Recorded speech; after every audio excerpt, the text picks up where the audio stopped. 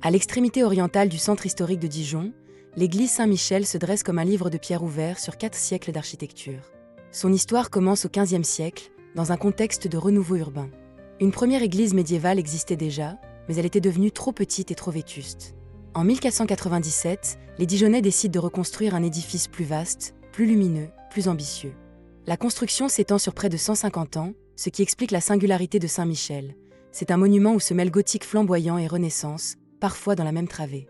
Les premières campagnes, menées à la fin du XVe siècle, suivent encore les codes du gothique, arcs brisés, élévation élancée, voûtes complexes.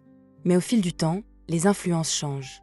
Au début du XVIe siècle, la Renaissance gagne Dijon, et les maîtres d'œuvre intègrent peu à peu colonnes, frontons et décors inspirés de l'Antiquité. La façade occidentale, commencée vers 1520, est l'un des plus beaux exemples de ce dialogue entre deux styles.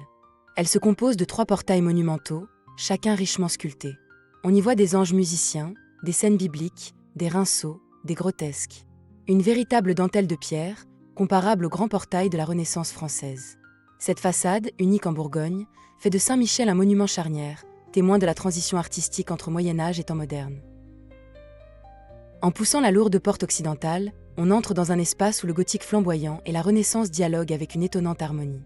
La nef, longue et élancée, s'ouvre dans une lumière douce filtrée par les hautes fenêtres. Les voûtes gothiques, nervurées et élégantes, s'élèvent comme un réseau de pierres qui guide naturellement le regard vers le chœur.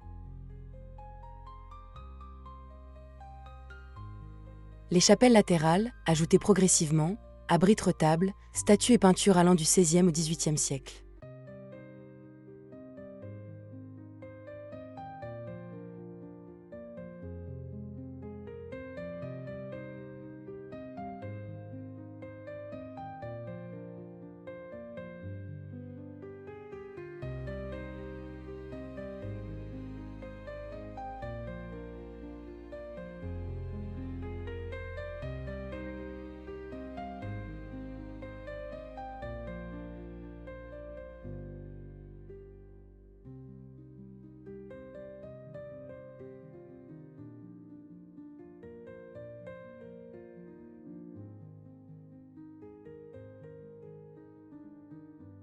Le chœur, plus lumineux, marque la transition vers la Renaissance. Les maîtres d'œuvre y ont introduit des éléments nouveaux, colonnes cannelées, arcs en plein cintre, décors inspirés de l'Antiquité. Cette rencontre entre deux styles, rare dans une église bourguignonne, donne à Saint-Michel une identité singulière. Au fond du chœur, le maître-autel attire l'attention par son équilibre et sa sobriété. Les boiseries environnantes, finement sculptées, rappellent le savoir-faire des ateliers dijonnais. En levant les yeux, on retrouve la majesté des voûtes, mais aussi la douceur de la lumière qui glisse le long des murs. Cette lumière, filtrée par les fenêtres hautes, donne à l'intérieur une atmosphère presque dorée, changeante selon l'heure du jour. Elle révèle les détails sculptés, souligne les volumes et fait apparaître des nuances que l'on ne perçoit pas au premier regard.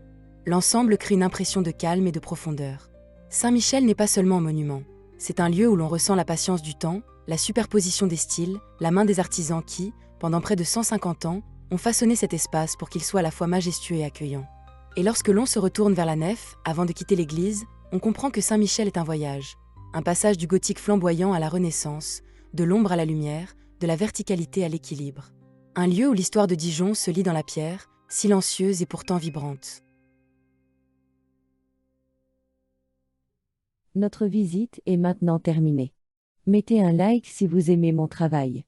N'oubliez pas de vous abonner. Merci et à bientôt.